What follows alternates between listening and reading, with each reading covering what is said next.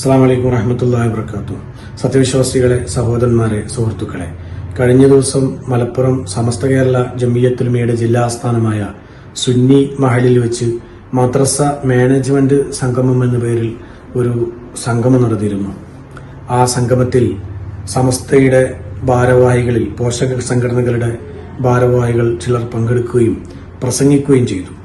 പ്രസംഗത്തിലുടനീളം സമസ്തയെ ബഹുമാനപ്പെട്ട പൊതുസമൂഹങ്ങൾക്കിടയിലും അതുപോലെ നമ്മുടെ ഉമറാക്കൾക്കിടയിലുമൊക്കെ തെറ്റിദ്ധരിപ്പിക്കാൻ ഉതകുന്ന രീതിയിലുള്ള പ്രചാരണങ്ങളും അതുപോലെ തന്നെ വിശ്വാവതരണങ്ങളുമാണ് അവിടെ നടന്നത്. നമുക്കറിയാം, പാണക്കാട് സാദാത്യങ്ങൾ സമസ്ത കേരള ജംഇയ്യത്തുൽ ഉലമയുടെ നേതാക്കളാണ്. സമസ്തയുടെ പല പോഷക സംഘടനകളുടെയും സംസ്ഥാന അധ്യക്ഷരാണ് പാണക്കാട് സാദാത്യങ്ങൾ. ആ പാണക്കാട് സാദാത്യങ്ങളെ സമസ്ത കേരള ജംഇയ്യത്തുൽ ഉലമ അവഗണിക്കുകയാണ്, അവരെ പരിഗണിക്കുന്നില്ല എന്ന രീതിയിലും മാത്രമല്ല, സമസ്ത കേരള ജംഇയ്യത്തുൽ ഉലമയുടെ കേന്ദ്രം ഷാവറയിലേക്ക് ഞങ്ങൾ ചില ആവശ്യങ്ങൾ ഉന്നയിച്ച് കത്ത് നൽകിയിട്ടുണ്ട്. ആ കത്തുകൾ പരിഗണിക്കപ്പെടുന്നില്ല.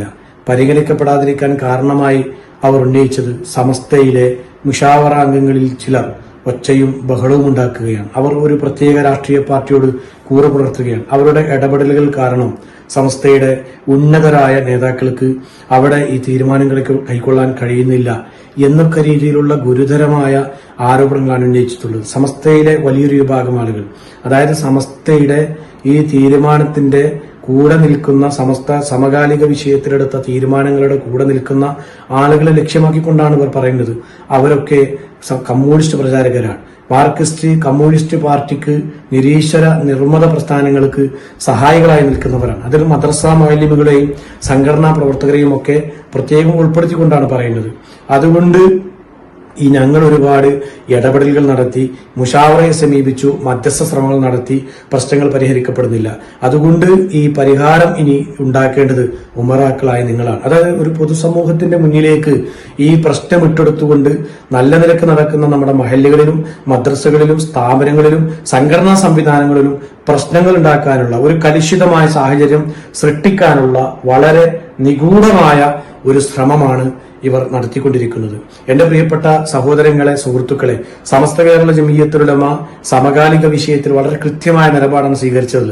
സമസ്തയുടെ പാരമ്പര്യത്തിന് അനുകൂലമായ രീതിയിലുള്ള ഇടപെടലുകളാണ് നടത്തിയിട്ടുള്ളത്. ബഹുമാനപ്പെട്ട പാണക്കാട് സാദാത്യങ്ങളുമായി കൂടിയാലോചിച്ച് മുസ്ലിം ലീഗിന്റെ സമന്വിതരായ നേതാക്കളെ കൂട്ടിച്ചേർത്ത് പിടിച്ചുകൊണ്ടാണ് സമകാലിക വിഷയങ്ങളിൽ കഴിഞ്ഞ 4.5 വർഷക്കാലമായി ഇടപെടലുകൾ നടത്തിയിട്ടുള്ളത്.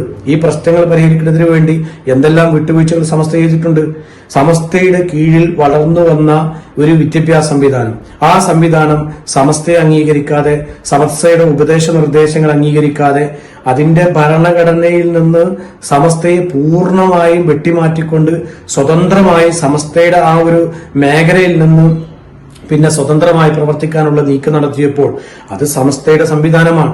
അത് സമസ്തയുടെ കീഴിൽ നിൽക്കണം. പഴയ പോലെ അതിന്റെ ഭരണഘടന കൊണ്ടുവരണമെന്ന് പറഞ്ഞതുകൊണ്ട് അവരൊക്കെ സമസ്ത മുസ്ലിം ലീഗ് വിരുദ്ധരാണ്. അവരൊക്കെ പിന്നെ പാണക്കാട് വിരുദ്ധരാണ്. ഇപ്പൊ മുസ്ലിം ലീഗിന്റെ കീഴിൽ വളർന്നു വന്ന ഒരു സംവിധാനം അത് സ്വതന്ത്രമായി കൊണ്ടുപോകാൻ ആരെങ്കിലും ഒരു ശ്രമം നടത്തി കഴിഞ്ഞാൽ മുസ്ലിം ലീഗിന്റെ പ്രവർത്തകർ അത് സമ്മതിക്കുമോ? മുസ്ലിം ലീഗിന്റെ ഭാരവാഹികൾ അത് സമ്മതിക്കുമോ? മുസ്ലിം ലീഗിന്റെ കമ്മിറ്റി അത് സമ്മതിക്കുമോ? ഒരിക്കലുമില്ലല്ലോ. അപ്പോൾ സമസ്തയുടെ കീഴിൽ വളർന്നു വന്ന ഒരു സംവിധാനം സമസ്തയിൽ നിന്ന് നടത്തി മാറ്റി സ്വതന്ത്രമായി കൊണ്ടുപോകാനുള്ള ശ്രമം നടത്തിയപ്പോൾ അതിനെ സമസ്ത പ്രതിരോധിച്ചിട്ടുണ്ട്, സമസ്തയുടെ പ്രവർത്തകർ പ്രതിരോധിച്ചിട്ടുണ്ട്, സമസ്തയുടെ ഭാരവാഹികൾ പ്രതിരോധിച്ചിട്ടുണ്ട്. അതെങ്ങനെയാണ് മുസ്ലിം ലീഗ് വിരുദ്ധമാകുക? അതെങ്ങനെയാണ് പാണക്കാട് വിരുദ്ധമാകുക? അപ്പോൾ ഇങ്ങനെ ചെയ്യുന്ന സമസ്തയുടെ നിലപാടിന്റെ കൂടെ നിൽക്കുന്ന, അതിന്റെ തീരുമാനത്തിനൊപ്പം നിൽക്കുന്ന സമസ്തയുടെ നേതാക്കളെ, പ്രവർത്തകരെ പിന്തുണക്കുന്നവരെ മുഴുവൻ, അത്തരം ലക്ഷോപലക്ഷം വരുന്ന പ്രവർത്തകരെ ഒക്കെ ലീഗ് വിരുദ്ധരാക്കി, അവരെ പാണക്കാട് വിരുദ്ധരാക്കി മാറ്റി നമ്മുടെ മഹല്ലുകളിൽ, നമ്മുടെ മദ്രസകളിലൊക്കെ വലിയ രീതിയിലുള്ള കുഴപ്പങ്ങൾ സൃഷ്ടിക്കാനുള്ള ഒരു പരിശ്രമമാണ്, അല്ലെങ്കിൽ അങ്ങനെയുള്ള ഒരു നിഗൂഢമായ ഒരു ശ്രമമാണ്, അതിനുള്ള പ്രചാരണമാണ് ഇവർ നടത്തുന്നത്. അതുകൊണ്ട് ഇത്തരം പ്രാസംഗികരുടെ ആ സംഗമത്തിൽ നടന്ന വിശദീകരണങ്ങൾ കേട്ടുകൊണ്ട് എന്റെ പ്രിയപ്പെട്ട ഉമറാക്കൾ തെറ്റിദ്ധരിക്കരുത്. നിങ്ങൾ ഈ സമകാലിക സംഭവത്തെ കുറിച്ച് പഠിച്ചു നോക്കൂ. 4.5 വർഷക്കാലമായി ബഹുമാനപ്പെട്ട സമസ്ത കേരള ജംഇയ്യത്തുൽ ഉലമ നിരന്തരം ചതി നേരിടുകയാണ്. ഇങ്ങനെ ഒരു സംഘടന ലോകത്തുണ്ടാകുമോ? ഒരുപാട് വിട്ടുവീഴ്ചകൾ ചെയ്യാൻ, എന്നിട്ടും ഇനിയും പ്രശ്നങ്ങൾ പരിഹരിക്കാൻ കഴിയുമെന്ന രീതിയിൽ നമ്മുടെ ബഹുമാനപ്പെട്ട നേതാക്കൾ കാത്തിരിക്കുകയാണ്. പക്ഷേ കാത്തിരിക്കുന്നതിന് ഒരർത്ഥവുമില്ലാത്ത രീതിയിൽ സമസ്തയ്ക്ക് എതിരായി നിൽക്കുന്ന ഈ സംവിധാനങ്ങളെ അകമഴിഞ്ഞ് സഹായിക്കുന്നു, അവരെ പിന്തുണക്കുന്ന ഒരു കാഴ്ചയാണ് എന്റെ പ്രിയപ്പെട്ടവരെ നിരന്തരം നമ്മൾ കണ്ടുകൊണ്ടിരിക്കുന്നത്. അതുകൊണ്ട് എന്റെ പ്രിയപ്പെട്ട ഉമറാക്കൾ ഈ വിഷയത്തിൽ തെറ്റിദ്ധരിക്കരുത്.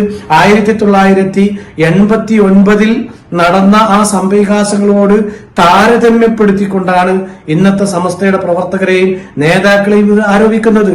1989 നടന്ന ആ പ്രശ്നങ്ങളോട് ഒരു സാമ്യവും ഇന്നത്തെ പ്രശ്നങ്ങളില്ല എന്നുള്ളത് നമുക്കിതിന്റെ സമകാലിക സംഭവങ്ങളുമായി ബന്ധപ്പെട്ട് നമുക്ക് പഠിക്കാൻ കഴിയും. പിന്നെ എന്തുകൊണ്ടാണ് സമസ്തയുടെ ഭാരവാഹികളായിട്ടുള്ള പോഷക സംഘടനകളുടെ ഭാരവാഹികളായിട്ടുള്ള ചില ആളുകൾ സമസ്തക്കെതിരെ ആരോപണം ഉന്നയിക്കുന്നത്?